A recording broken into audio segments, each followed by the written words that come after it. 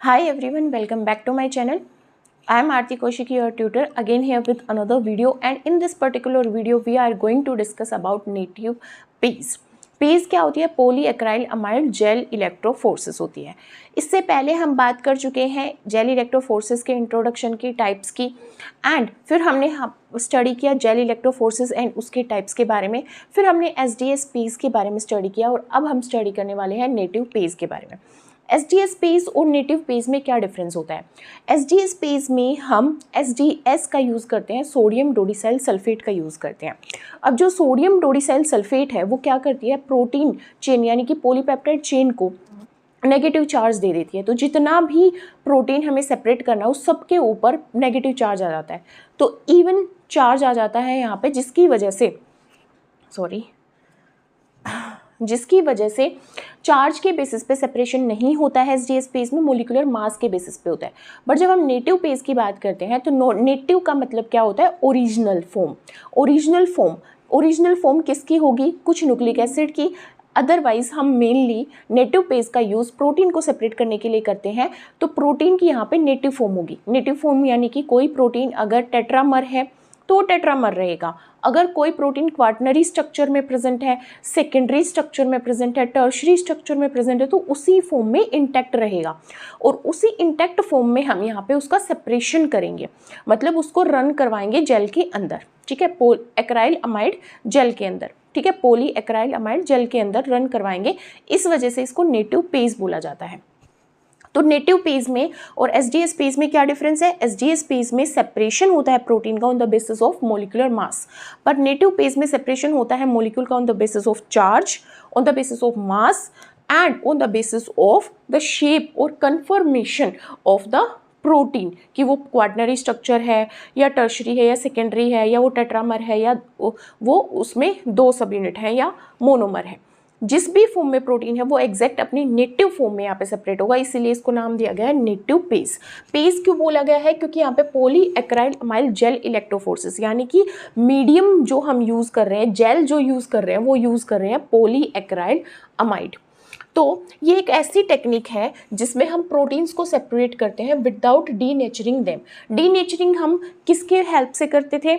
SDS page की help से करते थे, एसडीएस की हेल्प से करते थे एसडीएस पेज में, और कुछ हमारे रिड्यूसिंग एजेंट की हेल्प से करते थे। पर यहाँ पे ना तो हम एसडीएस यूज़ करने वाले, ना ही हम यहाँ पे डीनेचरिंग कंपोनेंट्स या हमारे केमिकल्स यूज़ करने वाले, ना यहाँ पे हमें बॉइलिंग करनी, ना हमें रिड्यूसिंग एजेंट जैसे बीटा मरकैप्टोइथेनॉल एंड डीडीटी, ये सब हमें यहाँ पे यूज़ नहीं करना है। पर ये सब हमने कहाँ पे यूज़ किया था? ये सब हमने यूज़ किया था जब हमने एसडीएस पेज परफॉर्म किया था, ठीक है। तो यहाँ पे अगर एसडीएस, अगर ये सब कंपोनेंट यूज़ नहीं करूँगी तो प्रोटीन मेरा डीनेचर नहीं होगा। डीनेचर होने का मतलब होता है कि जो कन्फर्मेशन है प्रोटीन की, जैसे क्वाटरनरी स्ट्रक्चर है तो वो डीनेचर होकर प्राइमरी स्ट्रक्चर फॉर्म कर देता है। अगर वो सेकेंडरी स्ट्रक्चर में है तो वो सेकेंडरी स्ट्रक्चर से प्राइमरी स्ट्रक्चर में कन्वर्ट हो जाता है, तो यहाँ पर डीनेचरिंग हो जाती है, ठीक है। तो डीनेचरिंग यहाँ पे नहीं होगी। क्यों नहीं होगी? क्योंकि मैं इनमें से कोई भी कंपोनेंट यूज़ नहीं कर रही हूँ। तो नेटिव पेज एक टेक्निक है सेपरेट करने की। किसको सेपरेट करने की? प्रोटीन्स को विदाउट डीनेचरिंग देम, यानी कि उनकी नेटिव कन्फर्मेशन में ही सेपरेशन किया जाता है। Therefore proteins can retain their native conformation, subunit composition. अगर वो मोनोमर है तो मोनोमर रहेंगे, अगर उनके अंदर 2 यूनिट हैं तो वो 2 बाइंड रहेंगी, अगर टेट्रामर है तो टेट्रामर रहेगा। तो अगर वो अपनी ओरिजिनल फॉर्म में रहेगा तो उसकी बायोलॉजिकल एक्टिविटी भी पहले जैसी ही रहेगी। प्रिंसिपल क्या है नेटिव पेज का? नेटिव पेज में भी हम इलेक्ट्रिक फील्ड के अंदर ही सेपरेशन करते हैं प्रोटीन का, तो इलेक्ट्रिक फील्ड तो यूज़ करेंगे ही करेंगे, बट यहाँ पे जो प्रोटीन है वो इलेक्ट्रिक फील्ड के अंदर जब माइग्रेट करेंगे तो वो किसके अंदर माइग्रेट करेंगे? पॉलीएक्राइल अमाइड जेल के अंदर माइग्रेट करेंगे। पॉलीएक्राइल अमाइड जेल जो है वो मीडियम है यहाँ पे, और वो किसके बेसिस पे माइग्रेट करेंगे? चार्ज के बेसिस पे, ठीक है, मोलिकुलर साइज के बेसिस पे एंड शेप के बेसिस पे। मतलब कि यहाँ पे जो उनका चार्ज होगा, नेगेटिव होगा या पॉजिटिव होगा, उसके बेसिस पे उनका क्या साइज है, स्मॉल साइज है, लार्ज साइज है, मोलिकुलर साइज के बेसिस पे, एंड शेप यानी कि उनकी कन्फर्मेशन जो है उसके बेसिस पे यहाँ पे जो हमारे प्रोटीन है वो सेपरेट होंगे, ठीक है। तो यहाँ पे जो इलेक्ट्रोफोरेटिक मोबिलिटी है, यानी कि इलेक्ट्रिक फील्ड के अंदर जो मूवमेंट है किसकी, प्रोटीन की, उसको हम म्यू से डिनोट करते हैं। और वो कैसे कैलकुलेट की जाती है, velocity divide by electric field की स्ट्रेंथ। मतलब कि जो मोबिलिटी है वो इनवर्सली प्रोपोर्शनल है स्ट्रेंथ ऑफ इलेक्ट्रिक फील्ड। जितनी ज़्यादा इलेक्ट्रिक फील्ड की स्ट्रेंथ होगी उतनी कम मोबिलिटी होगी, और जितनी ज़्यादा हमारी वेलोसिटी होगी उतनी इलेक्ट्रोफोरेटिक मोबिलिटी होगी किसकी, प्रोटीन सब यूनिट्स की।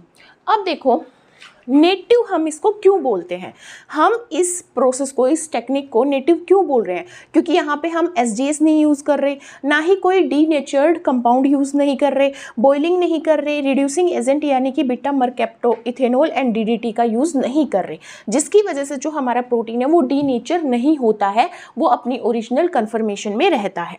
ठीक है, अब यहाँ पे क्या कर रहे हैं, हम एक मीडियम यूज़ कर रहे हैं। कौन सा मीडियम, हम यहाँ पे पॉलीएक्राइल अमाइड का यूज़ कर रहे हैं। तो पॉलीएक्राइल अमाइड कैसे फॉर्म होती है, एक्राइल अमाइड एंड बिस एक्राइल अमाइड। बिस एक्राइल अमाइड क्या करती है, क्रॉस लिंकिंग करती है एक्राइल अमाइड के साथ और एक पॉलीमर बनाती है। उस पॉलीमर को क्या बोला जाता है, पॉलीएक्राइल अमाइड। अब ये जो पॉलीमराइजेशन होती है वो टेमिड और APS अमोनियम पर सल्फेट की प्रेजेंस में होता है, APS और टेमिड की प्रेजेंस में होता है। तो पॉलीएक्राइल अमाइड यहाँ पे क्या होगा, मीडियम होगा। ठीक है, अब देखो यहाँ पे हमारे कौन कौन से कंपोनेंट है जो मैं नेटिव पेज के अंदर यूज़ करूँगी। पहला तो पॉलीएक्राइलामाइड जेल, जो जेल होगी वो हमारा क्या होगा, मीडियम होगा।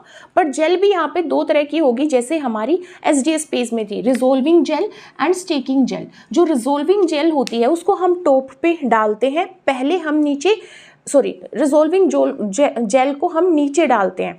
ठीक है, नीचे डालते हैं, ऊपर डालते हैं स्टेकिंग जेल को। तो जो रिजोल्विंग जेल होती है वो क्या करती है, वो सेपरेशन करती है प्रोटीन का, और इसका pH क्या होता है, ज़्यादा होता है 8.8।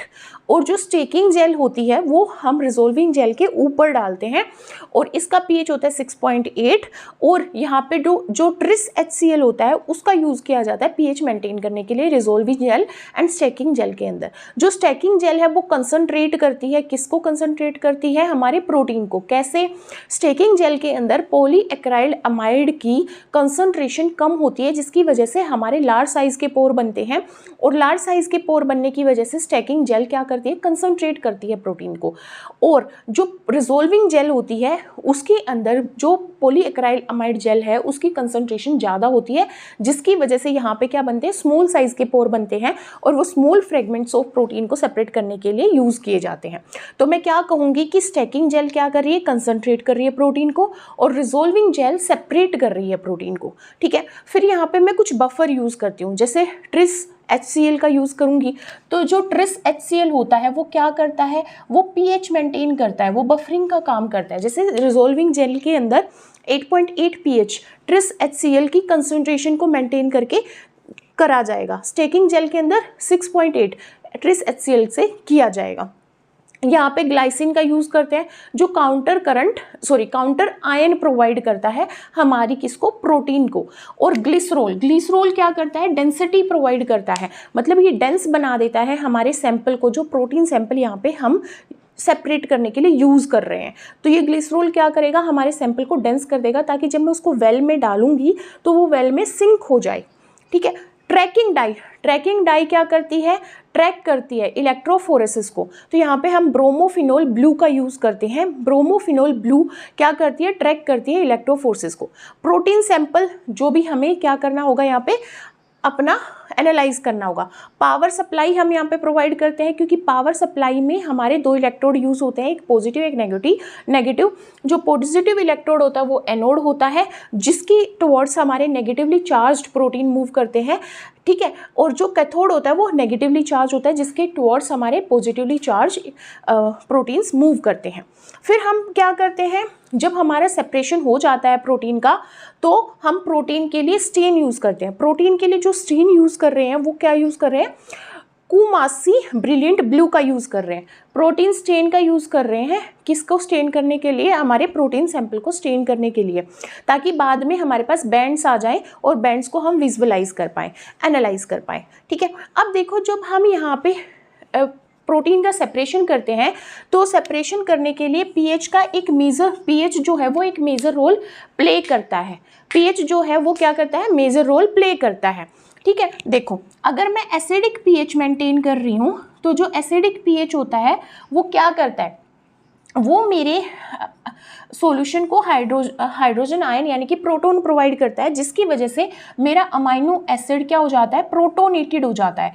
और प्रोटोनेटेड होने की वजह से उस पर पॉजिटिव चार्ज आ जाता है। अगर मैं बेसिक पीएच प्रोवाइड कर रही हूँ तो यहाँ पे मेरा हाइड्रोक्सिल आयन प्रेजेंट होंगे, यानी कि जो कार्बोक्सिलिक ग्रुप प्रेजेंट होता है अमाइनो एसिड के ऊपर वो अपना हाइड्रोजन रिलीज कर देता है, जिसकी वजह से COO नेगेटिव बनता है। ठीक है, COO नेगेटिव बनता है जिसकी वजह से हमारे अमाइनो एसिड के ऊपर नेगेटिव चार्ज आ जाता है। अगर न्यूट्रल अमाइनो एसिड है या आइसोइलेक्ट्रिक पॉइंट है, आइसोइलेक्ट्रिक पॉइंट एक ऐसा पीएच होता है जिसके अंदर हमारा जो अमाइनो एसिड होता है वो क्या होता है, इलेक्ट्रिकली न्यूट्रल होता है, या कह सकते हैं कि उसके ऊपर नेगेटिव एंड पॉजिटिव चार्ज दोनों प्रेजेंट होते हैं जो एक दूसरे को कैंसिल आउट करके जीरो चार्ज बनाते हैं। ठीक है, तो यहाँ पे आइसोइलेक्ट्रिक पॉइंट पे जो चार्ज होगा वो न्यूट्रल होगा। तो अगर न्यूट्रल चार्ज आ जाएगा किसी भी हमारे प्रोटीन के ऊपर तो उसकी स्लो मूवमेंट होगी, बट अगर उस पर पॉजिटिव चार्ज आ गया तो वो हमारा कैथोड की तरफ मूव करेगा, यानी कि नेगेटिव इलेक्ट्रोड की तरफ मूव करेगा। अगर उस पर नेगेटिव चार्ज आ गया तो वो एनोड की तरफ मूव करेगा, यानी कि पॉजिटिव इलेक्ट्रोड की तरफ मूव करेगा। फिर क्या आता है, हमारा इस तरह से बैंड आता है। ठीक है, इस तरह से बैंड आता है जिसको हम एनालाइज करते हैं। देखो जब हम नेटिव पेज के थ्रू अपने प्रोटीन सैंपल को सेपरेट करते हैं तो हम एग्जैक्ट मास नहीं कैलकुलेट कर सकते। ठीक है, क्योंकि यहाँ पे दूसरे फैक्टर्स के बेसिस पे भी हमारे प्रोटीन सैंपल सेपरेट होते हैं, जैसे कि चार्ज एंड उनकी कन्फर्मेशन। ठीक है, तो यहाँ पे क्या करते हैं, हम एक मार्कर मतलब जो हमारा फर्स्ट वेल होता है उसमें मार्कर डालते हैं। जो मार्कर होता है या लोडर होता है उसके अंदर जो प्रोटीन होता है उसका हमें मोलिकुलर मास पता होता है। तो जो यहाँ पे बैंड्स आते हैं उनका हमें मोलिकुलर मास पता होता है, बट यहाँ पे हमने अपना सैंपल डाला है ना, यहाँ पे मेरा नेटिव पेज के थ्रू मेरा सैंपल सेपरेट हुआ है और उसका एक बैंड आया है अप्रोक्स 100 किलो डाल्टन के पास में। बट मैं ये नहीं कह सकती कि इस बैंड का जो साइज़ है वो 100 किलो डाल्टन है। वाई? क्योंकि हो सकता है इसकी दो सब यूनिट हो सकता है इसका थोड़ा ऊपर नीचे मोलिकुलर मास हो, क्योंकि जो नेटिव पेज होती है वो हमारे प्रोटीन को सेपरेट करती है on the basis of charge, molecular mass and conformation. ठीक है, फिर इसको हम एनालाइज करते हैं with the help of SDS page. SDS page में जब मैं कोई भी रिड्यूसिंग एजेंट यूज़ नहीं कर रही तो सिंगल बैंड आता है। सिंगल बैंड आने की वजह से क्या मेरे को पता चल रहा है कि हो सकता है कि ये जो प्रोटीन है इसके अंदर 2 पॉलीपेप्टाइड चेन हो जो डाइसल्फाइड बॉन्ड से बाइंड कर रखी हो, क्योंकि रिड्यूसिंग कंडीशन अगर मैं रिड्यूसिंग रिएजेंट यूज़ नहीं कर रही हूँ तो वो इंटैक्ट रहेंगी, वो सब यूनिट सेपरेट नहीं होंगी। बट जब मैं यहाँ पे कुछ ऐड कर रही हूँ, जैसे मैं यहाँ पे बीटा मरकैप्टो इथेनॉल या डीडीटी यूज़ कर रही हूँ तो 2 सब यूनिट यहाँ पे सेपरेट हो जाती हैं। इट मीन्स वो 2 सब यूनिट से मिलके बना होगा, मतलब कि वो डाइमर होगा मेरा प्रोटीन। ये मेरे को पता चलता है फर्दर एनालिसिस से जब मैं एसडीएस पेज के थ्रू इसका एनालिसिस करती हूँ। अदरवाइज जो हमारा नेटिव पेज होता है उसमें positive electrode and negative electrode की तरफ सेपरेशन होता है। अब यहाँ पे अगर कोई बैंड आया है, लार्ज साइज का बैंड आया है, 2 बैंड आए हैं तो मेरे को पता चल जाता है डाइमर था। एक बड़ा बैंड आया है मेरे पास, ठीक है, एक बड़ा बैंड आया तो मेरे को पता चल जाता है कि मेरे पास लार्ज साइज का प्रोटीन था। ठीक है, एक सिंगल बैंड आता है तो मेरे को पता चल जाता है कि मोनोमर था। अगर वो नेगेटिव इलेक्ट्रोड की तरफ पॉजिटिव इलेक्ट्रोड की तरफ मूव करता है तो मेरे को पता चल जाता है कि वो नेगेटिवली चार्ज था, एनाइन था। अगर वो नेगेटिव इलेक्ट्रोड की तरफ मूव करता है या यहाँ पे बैंड आता है, इसका मतलब क्या है कि ये जो प्रोटीन था ये पॉजिटिवली चार्ज था, यानी कि कैटायन था। ठीक है, तो आई होप आपको समझ में आ गया होगा कि नेटिव पेज क्या होती है और इसका प्रिंसिपल क्या होता है, इसमें हम कौन कौन से कंपोनेंट यूज़ करते हैं, इसमें हम सेपरेशन कैसे करते हैं और इसका यूज़ क्या है, और ये सोडियम डोडिसाइल सल्फेट से कैसे डिफरेंट है। सोडियम डोडिसाइल सल्फेट में मोलिकुलर साइज के बेसिस पे हम प्रोटीन का सेपरेशन करते हैं, बट यहाँ पे हम 3 फैक्टर को इंक्लूड करते हैं, हमारा प्रोटीन का साइज एंड उसकी शेप एंड उसके ऊपर जो चार्ज है। तो मिलते हैं नेक्स्ट वीडियो में, तब तक के लिए stay tune with me and thank you so much for giving your time and support.